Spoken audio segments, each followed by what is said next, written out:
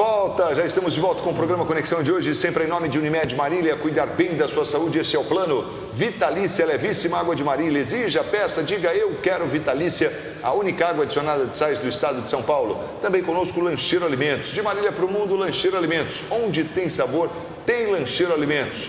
Olha, e claro, a nossa companhia também da Oral Center Odontologia Especializada e a Ventilador e Casa na República 1574. A gente está conversando aqui sobre hérnia de disco com o doutor Walter, que falou aqui nesse primeiro bloco um pouco sobre o que é a hérnia de disco, né? Como é que se chega ao diagnóstico, quais são as mais frequentes, as mais comuns na população. E a gente está tendo a oportunidade de aprender um pouco mais sobre a hérnia de disco para falar daqui a pouquinho da dissectomia, né, endoscópica. Vale a pena você conferir o nosso programa de hoje, que está demais. E a gente volta a falar aqui com o Dr. Walter Maldonado Azevedo, que é médico ortopedista, professor lá na área de residência em ortopedia da Santa Casa de Marília. E a gente destaca aqui agora o seguinte, fomos para o intervalo falando do segundo degrau. O doutor classificou legal aí, quer dizer, falou que funciona como uma escada, né, doutor? Isso, do mais simples para o mais complexo, né? Ou seja, retomando, né? Cada degrau que a gente sobe esse tratamento em complexidade e, consequentemente, em custo. Ou seja, então, no segundo degrau, seriam mesmo os bloqueios anestésicos, os bloqueios epidurais, onde a gente vai com uma técnica especial e bota medicação analgésica, anti-inflamatória, anestésica, lá onde estão aquelas hérnias. Entendeu? Com isso, a gente consegue um alívio muito bom da hérnia, na maioria das vezes, permitindo que o paciente comece a sua reabilitação. Ou seja, na fase aguda de dor ele não consegue, depois do bloqueio, com 2 semanas ele já está aliviado, já pode começar a sua reabilitação. Ah, legal. Então, essa do bloqueio é muito utilizado também? Muito utilizado, muito. Eu faço muito mais bloqueio que cirurgia, graças a Deus. Então, quer dizer, você passou ali da fase da medicação e tal, não foi, vai para o bloqueio? Vai para o bloqueio, ou seja, medicação, fisioterapia... Quer dizer, aliás, é o bloqueio mais a medicação, quer dizer, você vai associando tudo. Vai associando. A gente vai tendo que mudar as medicações. A gente sabe que algumas medicações a gente tem que usar com bastante parcimônia, principalmente os anti-inflamatórios, né? Então vai mudando, mas continua, né? Cada estágio tem a sua medicação indicada, né? E de acordo também com cada paciente. Lembrando que tem paciente que pode tomar certos remédios, outros não podem. É verdade. Né? Aí, né, a gente vai depois, no próximo nível, para a radiofrequência. Radiofrequência. A radiofrequência é um tratamento minimamente invasivo, onde a gente bota catéteres e passa, né, uma corrente especial, que é a corrente de radiofrequência.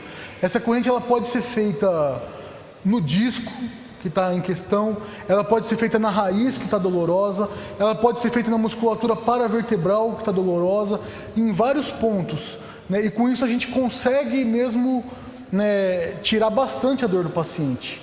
É um procedimento um pouco mais complexo, mas mesmo assim ainda um trauma mínimo. Né? Eu fiz um procedimento desse sábado agora e foi impressionante, porque a moça que estava com dor há mais de 12 meses e tal, né? Nenhum tratamento que nós fizemos tirou a dor dela. Né?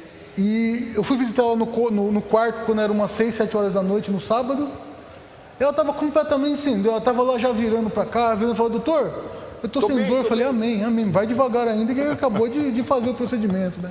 Mas amém, ou seja, é o tipo de coisa que deixa a gente muito satisfeito, né? O resultado, né, que deixa a gente muito... Né, a maior alegria é a gente ver um paciente que a gente tratou bem, né? Sem dúvida. Então, para a gente entender, essa é uma radiofrequência? É, radiofrequência. É um tipo de corrente que faz uma coagulação eletrotérmica, né? De várias maneiras diferentes, dependendo da região onde eu vou fazer. Ou seja, se eu vou no músculo, é um pouquinho mais forte, né? Sim. Se a gente vai na raiz, é uma radiofrequência diferente. No disco é diferente. Para cada um tem o seu especificidade. Cada um tem uma especificação, né? E é um tratamento assim também bacana e que pode ajudar muito o paciente de uma maneira também lesionando minimamente essa coluna, essa região. Então a gente já viu aqui, ó, medicação, bloqueio, radiofrequência. Isso. E aí, doutor, se de repente você não consegue um bom resultado, um êxito... Para os casos, né? Quando os casos que têm algumas hérnias muito grandes, com grande compressão, né? O que indica a cirurgia de coluna? É 2 coisas principalmente. É compressão de nervo e instabilidade. No caso da hérnia de disco, o que pode acontecer é a compressão de nervo. Ou seja, tem uma situação onde a gente pode pular esses degraus da escada. É quando o paciente tem uma hérnia de disco grande e ele começa a perder o movimento numa das pernas, algum tipo de movimento numa raiz. Ou seja, vamos supor, o paciente ele começa a perder a capacidade de erguer o dedão do pé. Parece uma coisa boba, só que ele não consegue mais usar um chinelo de dedo, por exemplo. Porque não tem controle. Ele não consegue mais subir o pé para caminhar, ele arrasta a ponta do pé.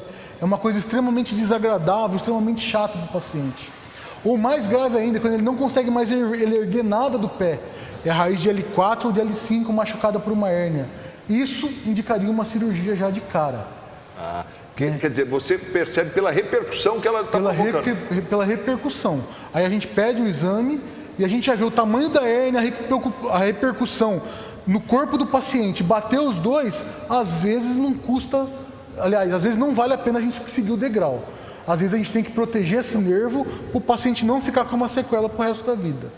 Né? Mas na maioria das vezes a gente segue esse degrau, a gente segue essa escadinha. Chegou, nada funcionou, o paciente continua tendo crises. Pode ser, logicamente que vai ser avaliado caso a caso, que chegou a hora da gente pensar em cirurgia. Cirurgia, a gente tem a cirurgia convencional, que é a dissectomia, onde a gente simplesmente abre a coluna de um lado, descola a musculatura do osso, depois com algumas pinças especiais, a gente vai abrir uma janelinha no osso da coluna, vai afastar os nervos e vou tirar aquilo que está atrás do nervo comprimido. Né? Uma cirurgia que é delicada, mas que qualquer cirurgião tem a capacidade de fazer. Né? A gente pode fazer isso, né, de maneira um pouco mais moderna, é a microdissectomia. Microdissectomia. Onde a gente usa um microscópio. Ou seja, a gente abre pela mesma via, a gente faz o mesmo, vamos botar entre aspas, descolamento da musculatura, só que como a gente usa um microscópio, a gente consegue fazer uma coisa um pouquinho menor. Tá. Uma microdissectomia. E a última técnica agora, que foi a técnica em questão, que era a dissectomia endoscópica. Onde aquilo que a gente fazia por um furinho de 4 centímetros, né, 5 centímetros, dependendo do tamanho do paciente, logicamente, a gente consegue fazer com 1 ou 2 furinhos de 2 centímetros, de 1 centímetro. A gente consegue fazer isso de maneira transmuscular, ou seja, sem machucar essa musculatura. Né? Ou seja, tudo que a gente puder poupar de descolar a musculatura do osso é reserva muscular para o paciente. Ou seja, a gente está protegendo a coluna desse paciente, está protegendo a saúde desse paciente, está protegendo a musculatura desse paciente. Ou seja, esses procedimentos vieram, os procedimentos minimamente invasivos, eles vieram com essa proposta. Se a gente for ver o resultado final, é o mesmo da dissectomia convencional. Porém, a via que a gente usa é uma via menos lesiva, que eu vou machucar menos o meu paciente e permitir uma reabilitação melhor, mais rápida e também um futuro melhor, porque ele vai ter mais músculos, ele vai manter a reserva muscular dele naquela área. É menos traumática, né, doutor? Exatamente, trocou em miúdo, menos traumática. Que a ideia é essa, né? A ideia é essa. Tem que mexer, mas não precisamos... O quanto menos a gente agredir ali a região, melhor. Causar um mínimo dano, né? É um princípio da medicina, inclusive. Sim. É um dos grandes princípios da medicina, é a gente não causar dano ou causar o mínimo dano possível no paciente. Interessantíssimo. E aí, doutor, como é que é assim? Você tem uma questão de anestesia, essa coisa, como é que funciona? É o mesmo sistema? Uma cirurgia de dissectomia convencional é uma cirurgia que tem que ser feita com anestesia geral, né? Tubo na garganta e tudo mais, anestesia geral, com todas, né, aquelas implicações de anestesia geral. A microdissectomia também é anestesia geral. A cirurgia minimamente invasiva, dependendo do grau, né, da cirurgia, às vezes ela é feita com anestesia local, mas sedação. Né? Às vezes um paciente que antes ficava 3 dias internado, ele tem a possibilidade de ir embora para casa no mesmo dia. Né? Logicamente, né, nas cirurgias mais rápidas, mais simples. Mas mesmo assim, é uma coisa assim, bastante diferente. Sem dúvida. E você, por exemplo, tem uma perfuração, 2, como é que é, doutor? Porque você falou dessa questão do endoscópio, a gente fica imaginando, a primeira imagem que me vem é aquela videolaparoscopia, né? Videolaparoscopia ou artroscopia de joelho, que é uma coisa que já é muito usada, que já é consagrada, né? É verdade. Ou seja, hoje em dia tem algumas cirurgias que não se pensa e de outra fazer forma. de outra forma, de maneira aberta, né? Ou seja, não, isso daí é artroscópico, tem que ser feito assim, porque viram que é melhor para o paciente. Né? E acho que chegará o dia que será assim também. Exatamente, o princípio, eu tendo a dizer que logo esse vai ser o tratamento padrão ouro. A gente ainda tem um problema de custos, Sim. Né? Ou seja, para fazer esse tipo de cirurgia a gente precisa de um maquinário especial, de pinças especiais, de um instrumental especial. Esse instrumental, não existe instrumental nacional ainda. Mas assim, no começo da artroscopia do joelho foi a mesma história. Vinha do Japão, vinha da Alemanha e tal.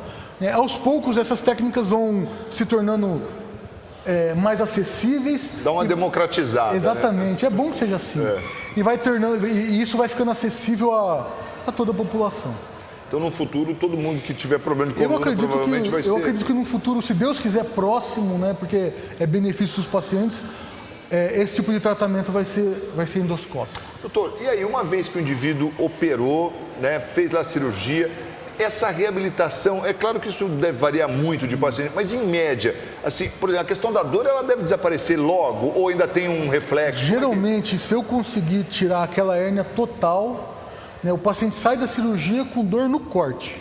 A dor da hérnia, aquela dor das costas, da perna, vai embora. Sai, entendeu?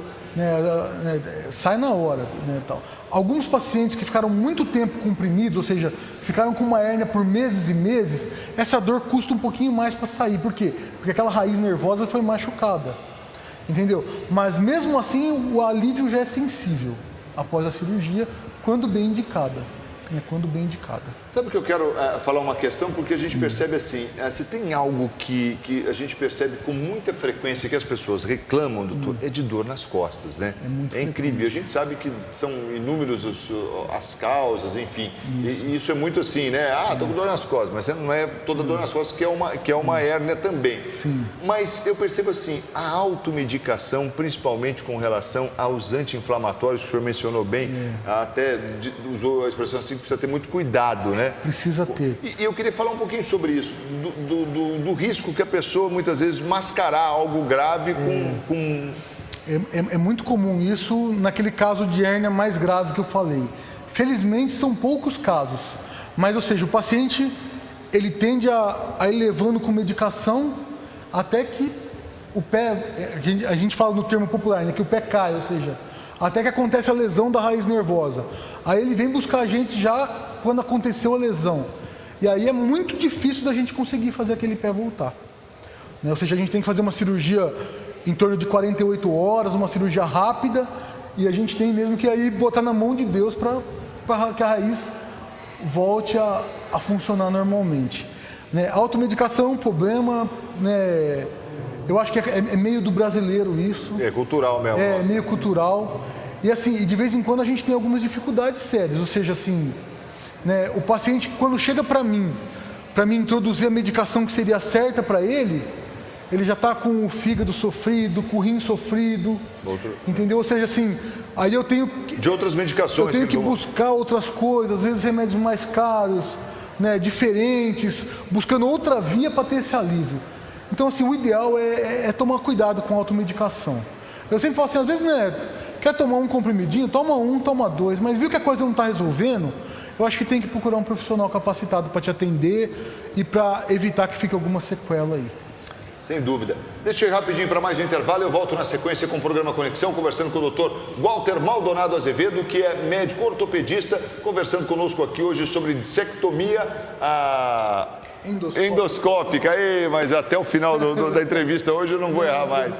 Rapidinho a gente volta depois do intervalo, falando aqui mais sobre esse assunto. A gente está falando aqui da hérnia de disco. Vamos falar aí dos problemas que acometem a coluna nesse último bloco. Não sai daí não, o programa está muito bacana e a gente volta na sequência em nome de Unimed Marília. Cuidar bem da sua saúde, esse é o plano. Vitalícia, levíssima água de Marília. Exija, peça, diga eu quero Vitalícia, a única água adicionada de sais do estado de São Paulo. Lancheiro Alimentos, de Marília para o mundo, Lancheiro Alimentos, onde tem sabor, tem Lancheiro Alimentos. Oral Center Odontologia especializada e também a Ventilador e Casa na República 1574, quase esquina com a José Bonifácio e Marília. Fale com o Silvião, ele faz o melhor negócio para você lá. Um intervalo, a gente volta na sequência. Até já.